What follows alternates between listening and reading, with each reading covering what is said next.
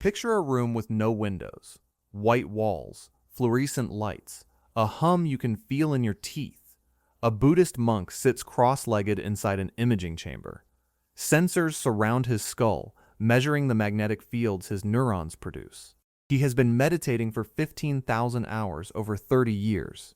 He wakes before dawn. He follows a monastic code that has not changed in 25 centuries. And when the researchers read his brain data, they expected to find a mind at rest. They did not find a mind at rest. They found something that took 4 research teams across 3 countries to explain. Before we go any further, drop in the comments what time it is, where you are, and where you're watching from. I'm curious to see how far this reaches. There is an idea about meditation that lives in almost every modern conversation about it. Clear your mind. Think of nothing. Find stillness. It appears in apps, in wellness retreats, in guided sessions that tell you to empty your head like pouring water from a glass. It sounds peaceful, it sounds simple, and it is wrong. Not mostly wrong, not partly wrong. The original word for meditation, the one used by the tradition that has been practicing it longest, does not mean to empty, it does not mean to still, it means to cultivate, to bring something into being. And a 2025 brain imaging study on 12 monks has now confirmed what that word always said. A meditating brain is not quiet. It is profoundly reorganized, more complex, more active, more alive than a resting brain, not less. This is a story about 6 words from 6 languages across 4,000 years, and not one of them means what you were told. The year is approximately 500 BC. In northeastern India, a man who has spent years testing the limits of ascetic practice, of starvation, of endurance, of every extreme method available to a seeker of truth, finally sits beneath a tree and does something different. He pays attention. The Pali Canon, the earliest written record of the Buddha's teachings, describes 2 complementary practices that form the foundation of all Buddhist meditation. The first is Samatha, the second is Vipassana. They are not the same. And the difference between them will matter enormously when we get to the brain scans. Samatha comes from the Pali root, meaning calm, tranquility, serenity. It is the practice of single-pointed concentration. You choose an object, usually the breath, and you hold your attention there. When the mind wanders, you bring it back. When it wanders again, you bring it back again. The entire exercise is narrowing, stabilizing, training the mind to rest in one place without being pulled in every direction. Vipassana is the opposite. The Pali word breaks into 2 parts. Vi, meaning special or super, and Passana, meaning seeing, clear seeing, insight. In Vipassana, you do not hold your attention on a single point. You open it. You observe whatever arises. Sensations in the body, sounds, thoughts passing through, emotions rising and falling. You do not follow any of them. You do not push any of them away. You simply see. The practice is not about control. It is about clarity. Most people walk right past this distinction. The Western world collapsed these 2 practices into one word, meditation, and then it defined that word as emptying the mind. But that was never the instruction. In the Pali language, the word that covers the entire field of meditative practice is Bhavana. And Bhavana does not mean to empty. It comes from the root bu, meaning to become, to bring into being. The monks who wrote these instructions 25 centuries ago were not telling you to think of nothing. They were telling you to cultivate something. Samatha cultivates stability. Vipassana cultivates insight. The mind is not emptied, it is grown. If you have ever sat down to meditate, tried to clear your head, and felt like you were doing it wrong because thoughts kept coming, I want to know, how long did you last before you decided meditation was not for you? Leave it in the comments. But the Pali is only the beginning, because this word, this instruction to cultivate rather than empty, did not appear in just one language. It appeared in every language that independently developed a contemplative practice. And that pattern is not a coincidence, it is a clue. The Sanskrit word for meditation is dhyana. It comes from the Proto-Indo-European root die, meaning to see, to look, not to empty, to see. Dhyana traveled east, it entered Chinese as Chan, and Chan became Zen in Japanese. The word that an entire civilization built its contemplative tradition around, the word that eventually became synonymous with stillness and emptiness in the Western imagination, literally means to look, to see clearly. Now here is where it becomes fascinating. The Latin word is contemplatio, and this is where most people stop, because they assume it means something vague, to think deeply, to ponder. But trace it back. Contemplatio comes from templum, and templum did not originally mean a building where people pray. A templum was a space marked out on the ground for observation. It was the consecrated area where the Roman augur stood and watched the sky for signs, a piece of earth set apart for the specific purpose of seeing what the sky reveals. Contemplation, at its root, is not thinking about God. It is standing in a sacred space and looking. The Greek word theoria, which is closely related and gave us the English word theory, carries the same idea.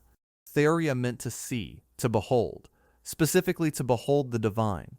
The early Christian desert fathers adopted contemplatio as their word for the highest form of prayer. Not petition, not asking for things, seeing, standing in the presence of something and letting it be seen clearly. And here is the detail that changes everything. The Arabic word for meditative practice in the Islamic Sufi tradition is muraqaba. It comes from the root raqba, meaning to watch over, to guard. The earliest usage of this root described the act of watching the night sky, scanning the darkness for threats or signs. The Sufi masters who systematized muraqaba as a core contemplative practice in the 8th and 9th centuries were instructing their students to do something very specific. Watch, attend, guard your awareness, not to think about God. To watch for God the way a night watchman watches for movement in the dark. In Hebrew, the word is hitbonenut. It comes from the root bina, meaning discernment, understanding. A related word, haggah, appears throughout the Psalms. Haggah means to ponder, to murmur, to speak softly to oneself.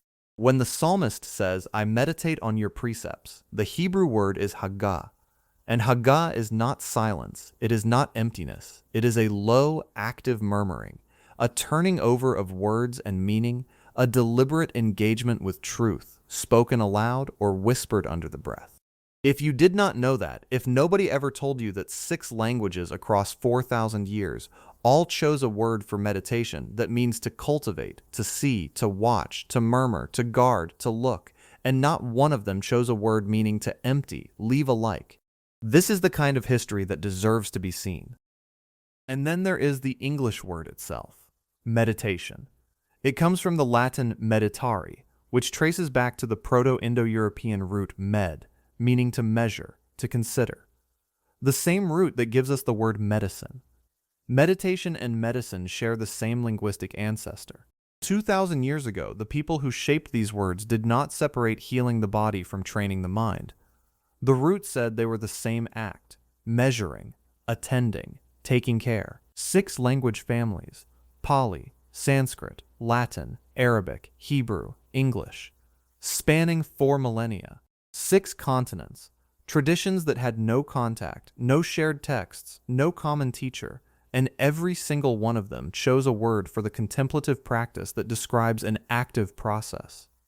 Cultivating, seeing, watching, measuring, murmuring, guarding. Not one of them described passivity. Not one of them described emptiness. The words knew what meditation was. The question was whether science could measure it. The first serious attempt came in 2004. Richard Davidson, a neuroscientist at the University of Wisconsin-Madison, fitted EEG caps to the skulls of 21 Tibetan Buddhist monks. These were not casual practitioners. Each monk had between 10,000 and 50,000 hours of meditation experience. Davidson compared their brain activity to 10 student volunteers who had received exactly 1 week of meditation training. The contrast was extreme, and the results matched. During compassion meditation, the monks produced high-amplitude gamma-wave synchrony at a scale that had never been reported in the healthy human brain. Gamma oscillations, rhythmic neural firing between 25 and 42 Hz, are associated with heightened attention, learning, and conscious awareness. In the monks, the ratio of gamma activity to slower oscillatory activity was over 30 times greater than in the novice meditators. 30 times. Davidson's team published the findings in the Proceedings of the National Academy of Sciences. It made headlines around the world. The message was clear. Meditation does not just change your mood, it changes your brain. But the study had problems. The monks and the students were not comparable in any way other than the variable being tested. The monks were older. They lived radically different lives. Their diets, their sleep patterns, their social environments, everything differed. Critics argued that the dramatic gamma signals could be muscle artifacts rather than neural activity and EEG limitation, and the study design could not isolate the effect of meditation from the 1,000 other differences between a monk's life and a college student's life. The field noted the results. It also noted the limitations.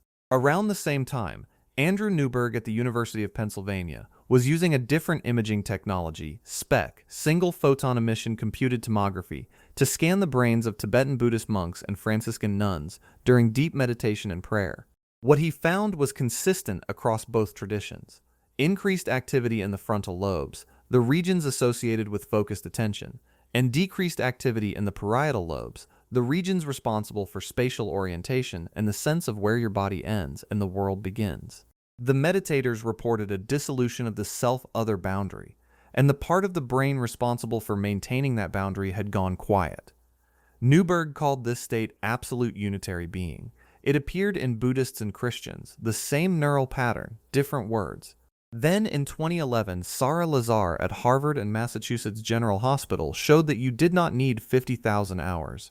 An 8-week mindfulness-based stress reduction program, just 27 minutes of daily meditation, produced measurable structural changes in the brain.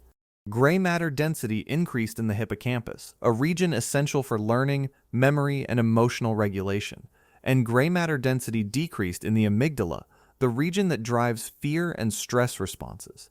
These were not changes in activity, they were changes in structure. The brain was physically different after 8 weeks. There is a pattern here that runs much deeper than any single study, but every imaging technology so far had a trade-off. EEG was fast, millisecond resolution, but spatially imprecise. fMRI was spatially precise but slow, measuring blood flow changes that lag seconds behind neural events. SPET was a snapshot, not a movie. The field needed something that could combine millisecond timing with spatial accuracy. Something that could watch the brain shift in real time from one state to another. That technology was magnetoencephalography, MEG, and what it found in 12 monks changed the picture entirely. In November 2025, a team of researchers published their findings in the journal Neuroscience of Consciousness. The team spanned 4 institutions and 3 countries. Annalisa Pasquarella of the Italian National Research Council, Karim Gerbi of the Università di Montreal, Laura Marzetti of the MEG Laboratory at Gabriele D'Annunzio University in Chieti, Italy, and Antonino Raffoni of Sapienza University of Rome. The 12 monks came from Santa Chitarama, a Thai forest tradition monastery tucked into the hills outside Rome. Each monk had an average of more than 15,000 hours of meditation experience. Some had exceeded 20,000 hours. They lived in a functioning monastic community, waking before dawn, following the Vinaya, the complete monastic code, in its entirety. MEG measures the tiny magnetic fields produced by electrical currents flowing through neurons. Unlike EEG, which measures electrical potentials at the scalp and is distorted by the skull and tissue, MEG picks up the magnetic component. Magnetic fields pass through tissue virtually undistorted. The result is millisecond temporal resolution with far better spatial accuracy than EEG. The researchers could track the monks' brain dynamics as they shifted from rest to Samatha, from Samatha to Vipassana and back, in real time, watching the transitions happen, and what they found contradicted the image of meditation as stillness. During Samatha, the focused attention practice, the brain moved away from what physicists call criticality. Brain criticality is a concept borrowed from physics. A critical system sits at the exact boundary between order and chaos.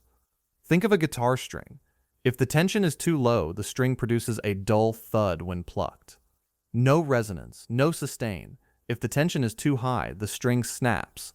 But at exactly the right tension, the string vibrates freely, producing rich overtones, sustained resonance, maximum musical complexity.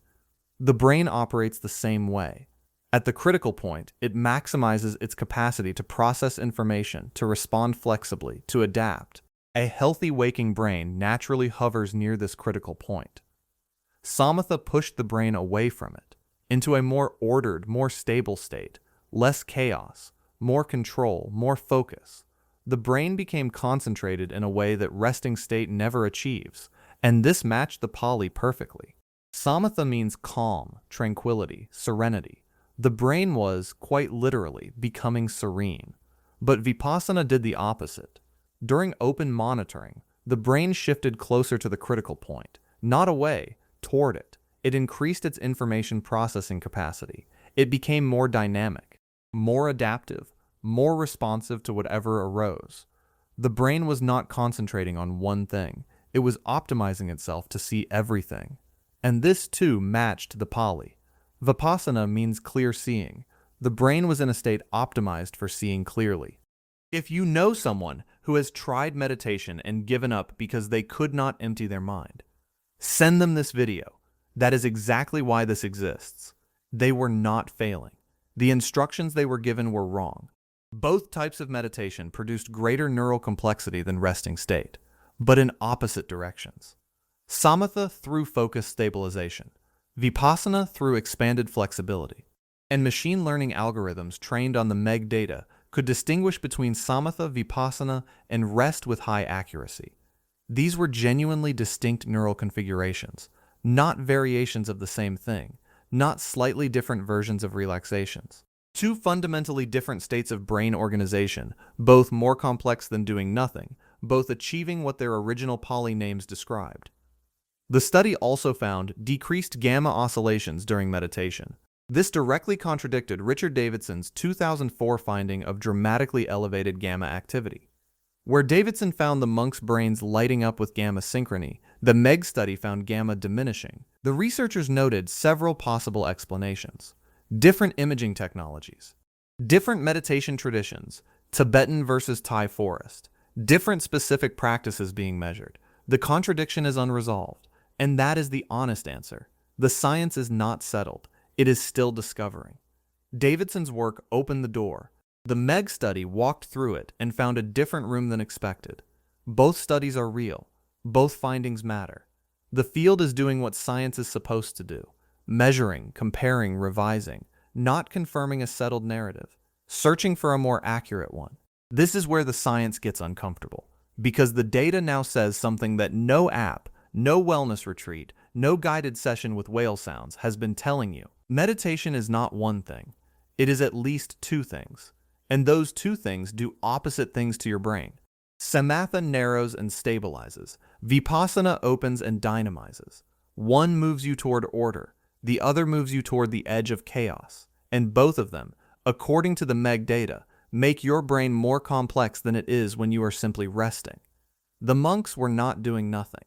Their brains were working harder, not less, than when they were just sitting there.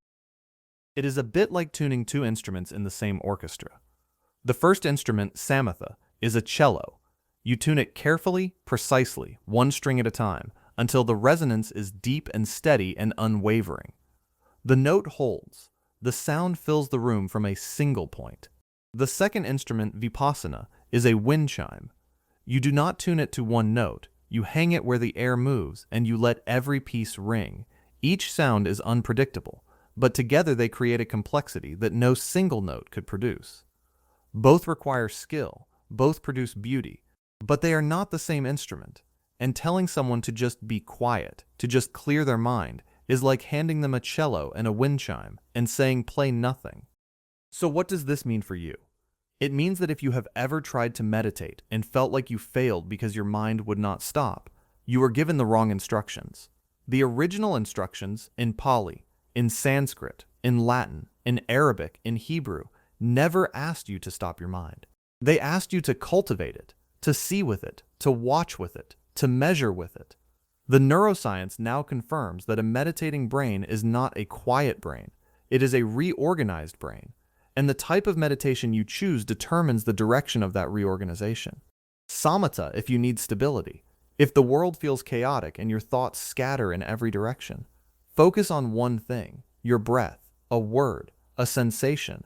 Hold your attention there. When it wanders, bring it back. You are not failing when it wanders. You are training when you bring it back. The monks who have done this for 15,000 hours still bring their attention back. That is the practice, not the absence of wandering, but the return. Vipassana if you need clarity. If you have been so focused, so controlled, so tightly wound that you have lost the ability to see what is actually happening around you and inside you, open your awareness. Let thoughts arise. Let sensations pass. Do not chase them. Do not push them away. Just see. The brain will do the rest. It will move toward the critical point, toward the place where it processes the most information with the most flexibility. The Pali word said so. Clear seeing. You do not need to believe in any religion to do this. You do not need to join a monastery. You do not need 15,000 hours. Sarah Lazar's research showed that 27 minutes a day for 8 weeks changed the physical structure of the brain. The practice has been waiting for you. It has been waiting for 25 centuries. And the original word for it has been trying to tell you what it actually does for just as long. The Pali word is still Bhavana. It still means to cultivate, to bring into being. The Sanskrit is still dhyana. It still means to see. The Latin is still contemplatio. It still means to stand in a sacred space and look. The Arabic is still Muraqaba. It still means to watch. The Hebrew is still hitbona nut. It still means to discern. And the English word meditation still carries in its root the same word as medicine. To measure, to attend, to take care. 6 words, 6 languages, 4,000 years, and all of them said the same thing. Meditation is not absence. It is presence, not emptiness, cultivation.